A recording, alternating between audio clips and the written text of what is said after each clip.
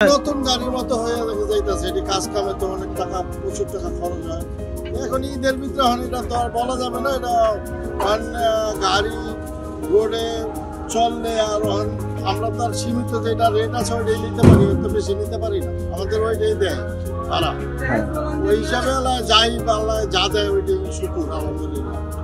ঈদের জন্য আর কি ভাষা করছি আর কি, রং করবো, এটা রিপেয়ারিং করবে নতুনভাবে আর কি, মনে করেন আপনার ঈদের জন্য রাস্তায় চলাচল করবে, যাত্রীদের সেবা দেবে। এখানে আসলে গাড়ি আসে, অনেকগুলোই গাড়ি আসে, আমরা সব গাড়ি তো আর জায়গা দিতে পারি না। আর এখানে অলরেডি 4টা নতুন গাড়ি হইতেছে যমুনা লাইন, আর কিছু গাড়ি আছে পুরানো গাড়ি আর কি, যেগুলো আর কি ঈদের সময় চালানোর জন্য সব কিছু আগে থেকে কমপ্লিট করতে হয়, যেন রোডে কোনো সমস্যা না হয়। যেরকম গাড়ি ওয়াশ করতে হয়, তারপরে গাড়ি কিছু ঘষা মাজা থাকলে ওগুলো রিপেয়ারিং কাজ করে ওগুলো টাচ আপ করতে হয়।